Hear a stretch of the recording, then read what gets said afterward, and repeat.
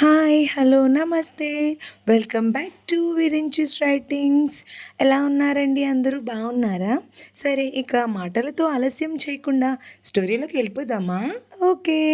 ఈరోజు ఎపిసోడ్ ప్రేమ సంఘర్షణ ఎపిసోడ్ 66. నేను తొందరపడి సంధ్యను ప్రేమ అని అడగకూడదు. అసలే ఈ రాక్షస సంహారం అయిపోతే అప్పుడు నారీమణి మనసులో ఏముంది అనే విషయం తెలుసుకుందాం అని అనుకున్నాడు మనసులో మనోహర్. మనోహర్కి ఎలా చెప్పాలి నా మనసులో మాట అని సంధ్య కూడా ఆలోచనల్లో పడింది. వీళ్ళు ఆలోచనల్లోనే వర్క్ పూర్తి చేయడం, పంతులు గారు రావడం రెండూ జరిగిపోయాయి. పంతులు గారు రావడంతో లేక వాళ్ళని పిలిచారు. పంతులు గారు వేళ్లతో కాసేపు ఏవో లెక్కలు చూసి, రేపు సాయంత్రానికి ఎంగేజ్మెంట్ ముహూర్తం ఉంది, ఇంకొక 15 రోజుల్లో పెళ్లి ముహూర్తం ఉంది అని చెప్పారు. మరి ఇంత తక్కువ టైం అయితే అని లేక వాళ్ళ అమ్మా నాన్న ఆలోచిస్తూ ఉండగా శ్రీకర్ వాళ్ళ అమ్మా నాన్న, మీరేమీ కంగారు పడకండి, మనము ఆర్భాటంగా ఏమీ చెయ్యొద్దు, ఎక్కడ వీలైనంతలో చాలా అట్టహాసాలు ఏమీ లేకుండా సాదాసీదాగా వీళ్ళ పెళ్ళిని జరిపించేద్దాం. తర్వాత ఈ సైకోల్ గొడవలు అల్లర్లు అన్నీ అయిపోయాక అప్పుడు రిసెప్షన్ పెట్టుకుందాము అని అన్నారు. మగ పెళ్లి వాళ్ళైనా కూడా ఎటువంటి ఆర్డర్లు లాంటివి వేయకుండా కలిపి పనులు చేసుకుందాం అన్నట్లుగా చెప్పేసరికి లేక నిమ్ని మంచి ఇంట్లోకి పంపుతున్నామని భావన కలిగింది లేక వాళ్ళ అమ్మా నాన్నకి. అంతే కదా, మంచి వాళ్ళు అలానే కోరుకుంటారు అని అనుకున్నారు. రేపే ఎంగేజ్మెంట్ అని వినగానే సిగ్గుతో లేక మోము ఎర్రబడింది. సంధ్య మిగతా వారంతా ఏ ఏ ఏ అని లేఖను ఆట పట్టించడం మొదలుపెట్టారు. లేఖని నవ్వుతూ ఆట పట్టిస్తున్న సంధ్యని మనోహర్ సంధ్య మనసులో ఏముంది, నాతో ఏం చెబుదామని గుడికి తీసుకుని వెళ్ళింది, నన్ను భర్తగా యాక్సెప్ట్ చేస్తుందా లేక ఫ్రెండ్గా మిగిలిపోమని చెబుతుందా? బుర్ర వేడెక్కిపోతుంది ఈ ఆలోచనలతో అని అనుకుంటూ ఉండగా లేక వాళ్ళ అమ్మగారు, మరి షాపింగ్కి టైం కూడా తక్కువ ఉంది, రాత్రిళ్ళేమో కర్ఫ్యూ పెట్టారు, ఎలా మరి అని అన్నారు. వర్ష వాళ్ళ నాన్నగారికి ఫోన్ చేశాను ఆంటీ, అంకుల్కి తెలిసిన అతను ఇంకొక అరగంటలో స్టాక్ తీసుకుని ఇక్కడికే వస్తారు, మీరంతా మీకేం కావాలో ఫ్యాన్సీ ఐటమ్స్తో సహా ఇక్కడి నుండి కొనుక్కోవచ్చు ఆంటీ, టైలర్ కూడా 9 లోపే వస్తారు మెజర్మెంట్స్కి అని అన్నాడు మనోహర్. వావ్, మంచి న్యూస్ చెప్పావు మనో, అయితే పెళ్ళయ్యే వరకు ఈ 15 డేస్ అందరూ ఇక్కడే ఉండబోతున్నారన్నమాట అని ఆనందంతో అంది మేఘన. అరే, మేము బట్టలే తెచ్చుకోలేదు కదా అని అన్నారు సంధ్యా వర్ష ఒకేసారి. మీ లగేజ్ మార్నింగ్ మాతో పాటుగానే తీసుకొచ్చాను అని అన్నారు సంధ్య వాళ్ళ అమ్మగారు. వావ్, మీరు సూపర్ ఆంటీ, ఆకాష్ అభిల పెళ్ళి తర్వాత మళ్ళీ ఈ పెళ్ళిలో అందరం ఎంజాయ్ చేస్తున్నామోచ్ అందరమని అరిచాడు పృథ్వీ. మొన్నే కదా జితేంద్ర పెళ్ళిలో ఎంజాయ్ చేసావు, మర్చిపోయావా ఏంటి అని అడిగింది వర్ష. అంటే అప్పుడే నాకు సంధ్యకి కూడా పెళ్ళి అవ్వడం ఎవరూ ఊహించలేదు కదా, ఆ షాక్లో జితేంద్ర పెళ్ళిని మర్చిపోయినట్లున్నాళ్లే పృథ్వీ అని అన్నాడు మనోహర్ కొంచెం బాధగా. మనోహర్ మాటలలో ఏదో తెలియని బాధ కనిపించింది అందరికీ. కారణం తెలిసిన సున్నితమైన విషయమని ఎవ్వరూ కూడా ఇంకా ఆ టాపిక్ని పొడిగించలేదు. మనోకి నా మనసులో మాట చెప్పేయాలి, లేట్ చేయకూడదు అని అనుకుంది సంధ్య మనసులో మనో యొక్క మాటలు విని. ఎలా అయినా నా మనసులో మాట మనోకి చెప్పాలి అని అలా ఆలోచిస్తుంది. ఈలోపు రేపటి నిశ్చితార్థం గురించి ఎలా చేయాలి, ఏం చేయాలి అని మాట్లాడుకుంటూ ఉన్నారు ఆడవాళ్ళంతా. మనోహర్ ఇంకా అక్కడి నుండి బయటకు వెళ్ళి టెర్రస్ మీదకి వెళ్ళిపోయాడు. మనోహర్ వెళ్ళిన 2 నిమిషాలకి సంధ్య కూడా మనోని వెతికింది. మనో కనపడకపోయేసరికి సంధ్య కూడా మనోహర్ కోసం టెర్రస్ పైకి వెళ్ళింది. ఆలోచనలో ఉన్న మనోహర్ని మనో అని పిలిచింది సంధ్య. మనో వెనక్కి తిరిగి ఏంటి సంధ్య అని అడిగాడు. పొద్దున్న నీకు గుడిలో ఒక విషయం చెప్తాను అని అన్నాను కదా అని అంది. అవును, ఏంటి అది, ఇప్పుడు చెప్పు అని ఆతృతగా అడిగాడు మనోహర్. మనో అలా అడగగానే సంధ్య తన మనసులో చెప్పాలనుకున్నవి అన్నీ అలా గలగలా చెప్పేద్దాం అనుకుంది, కానీ అవి మనసులో ఆగిపోయి మాట పెగడటం లేదు. తన గుండె చప్పుడు తనకే వినపడుతుంది. చెప్పు సంధ్య, సైలెంట్గా ఉన్నావేంటి అని అడిగాడు మనోహర్. అది ఒక్క నిమిషం అని "హా హా ఆ" అని కళ్ళు మూసుకుని చెప్తాను అని అంది సంధ్య. ఏం చెప్పాలి అనుకుంటుంది సంధ్య? కొంతవరకు అర్థమయ్యి మనో పెదాలపై నవ్వు చేరి సరే నీ ఇష్టం అని అన్నాడు మనోహర్.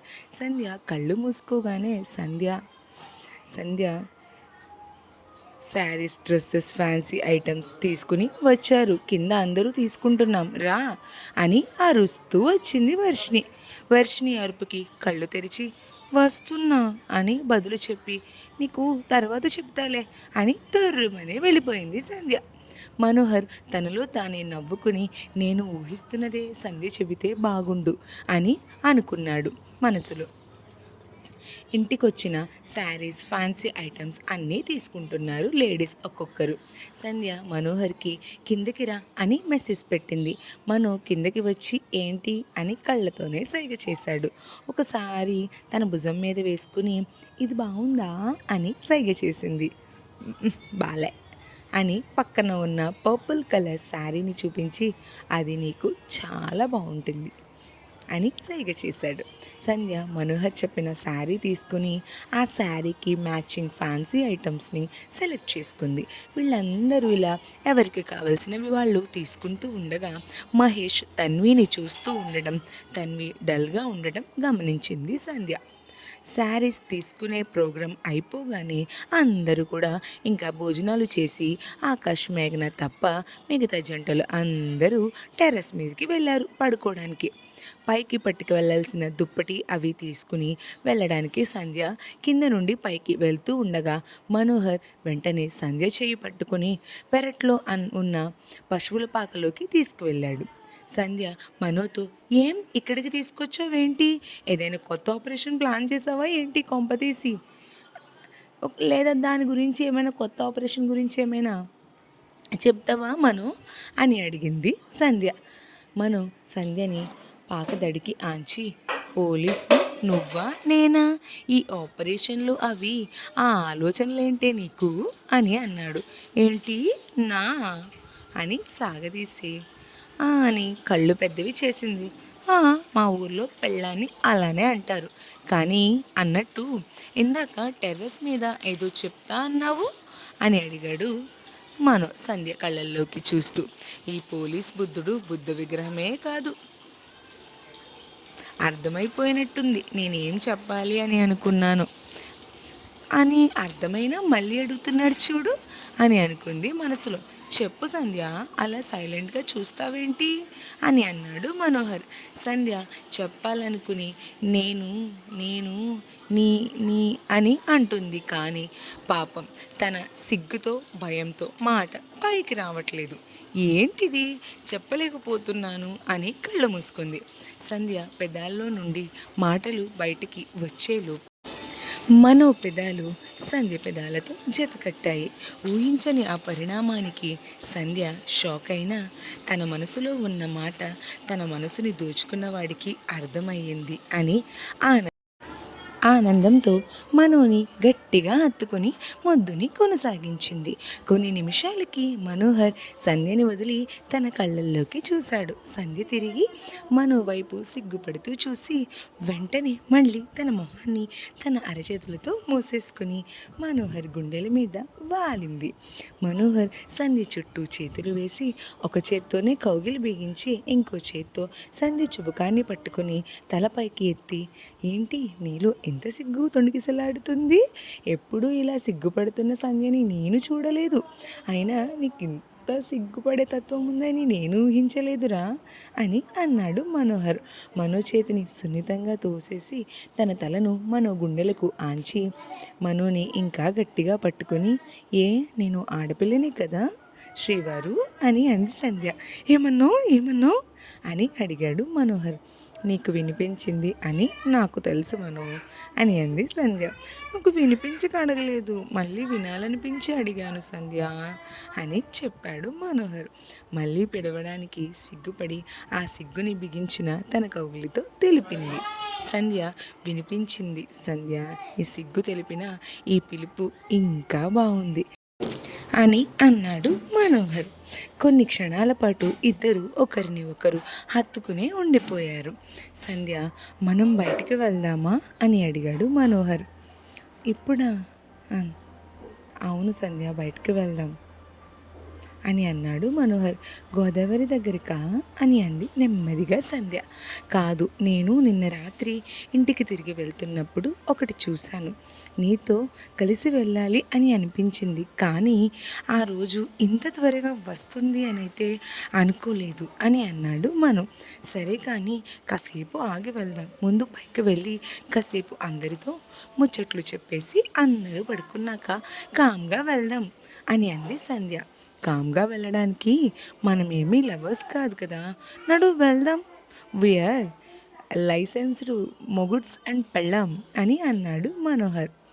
వద్దు మను, ఎవరైనా చూస్తే బాగోదు, ఏడిపిస్తారు మను అని అంది సంధ్య. సరే నీ ఇష్టం అని అన్నాడు మనోహర్. మా మంచి బంగారం అని మనోహర్ గుండెల మీద ముద్దు పెట్టి మనోని ఇంకా గట్టిగా హత్తుకుంది సంధ్య. కాలం కాసేపు ఇలాగే ఆగిపోతే బాగుండు అని అనిపిస్తుంది కదా అని అన్నాడు అభి మనో వెనుక నిలబడి. అభి గొంతు విని మనో కళ్ళు తెరిచి అభిని చూసి సంధ్యని దూరం జరపబోతుంటే సంధ్య ఇంకా గట్టిగా హత్తుకుంటూ, నా మనసులో మాట నీకు వినిపించిందా అని అడిగింది సంధ్య. కాదు, మీకు పైత్యం వచ్చింది అని అన్నాడు పృథ్వీ వెటకారంగా. ఆ మాటకి వర్ష, శశి, అభి అంతా నవ్వేశారు. ఒక్కసారిగా నవ్వులు వినిపించేసరికి సంధ్య కళ్ళు తెరిచి ఉలిక్కిపడి మనోని వదిలేసి దూరం జరిగి, దొరికిపోయాన్రా బాబూ అని అనుకుంటూ అని బలవంతంగా ఒక స్మైల్ ఇచ్చి సైలెంట్గా జారుకుంటుంటే పృథ్వీ సంధ్యని ఆపి, హలో మేడంజీ, ఎక్కడికి వెళ్తున్నావు అని కళ్ళెగరేశాడు. సంధ్య పృథ్వీ వైపు గుర్రుగా చూసి, ఇప్పుడేంటి, నేను మా ఆయన బయటకు వెళ్తున్నాం, ఎందుకు? నలుగురు ఏదో ఎవరు పట్టుకోలేని తీవ్రవాదుల్ని పట్టుకున్న వాళ్ళలా మొహాల్లోనే 1000 వాళ్ళ వెలుగుని పెట్టుకుని చూస్తున్నారు మా వైపు అని అంది సంధ్య. సంధ్య మాటలకి అభి మనోహర్తో, మనో పోలీస్ నువ్వా? అదా, ఈ తీవ్రవాది గోలేంట్రా బాబు మాకు అని అన్నాడు. అంటే she is my better half కదా అన్నాడు మనోహర్. అబ్బో, ఇద్దరు మంచి ఫామ్లో ఉన్నారైతే అని అన్నారు నలుగురు ఒకేసారి. సంధ్య నవ్వనట్టుగా నవ్వి, అర్థమైందిగా, పక్కకు తప్పుకోండి, మేము బయటికి వెళ్తాం అని శశిని తోసేసుకుంటూ మనోరా అని మనో చేయి పట్టుకుని పాకలో నుండి బయటకు వచ్చేసింది. నలుగురు నవ్వుకొని టెర్రస్ మీదకి వెళ్ళి ఆకాష్, శ్రీకర్ వాళ్లతో ఈ విషయం చెప్పాడు. వాళ్ళు కూడా నవ్వుకొని, అమ్మయ్య, అవ్వదు అనుకున్నది అయ్యింది అయితే అని ఆకాష్ జితేంద్రతో, నేను చెప్పానుగా జిత్తు, మనో సంధ్య త్వరగా కలిసిపోతారని, నాకు తెలుసా విషయం అని అన్నాడు. నిజమే, ఇప్పుడు చాలా అంటే చాలా హ్యాపీగా ఉంది నాకు అని అన్నారు వర్షిని, జితేంద్ర ఒకేసారి పట్టుకొని. మరి దగ్గరెవరు అనుకున్న రెండు జంటల హృదయాలు దగ్గరయ్యాయి. మరి వీళ్ళ బంధం ఎప్పుడు ఇలాగే నిలబడుతుందో లేదో తెలియాలి అంటే నెక్స్ట్ ఎపిసోడ్ కోసం వెయిట్ చేయాల్సిందే. ఎపిసోడ్ ఎలా అనిపించిందో నాకు కామెంట్ చేయండి. మా ఛానల్ని లైక్ చేయండి, షేర్ చేయండి, సబ్స్క్రైబ్ చేయండి.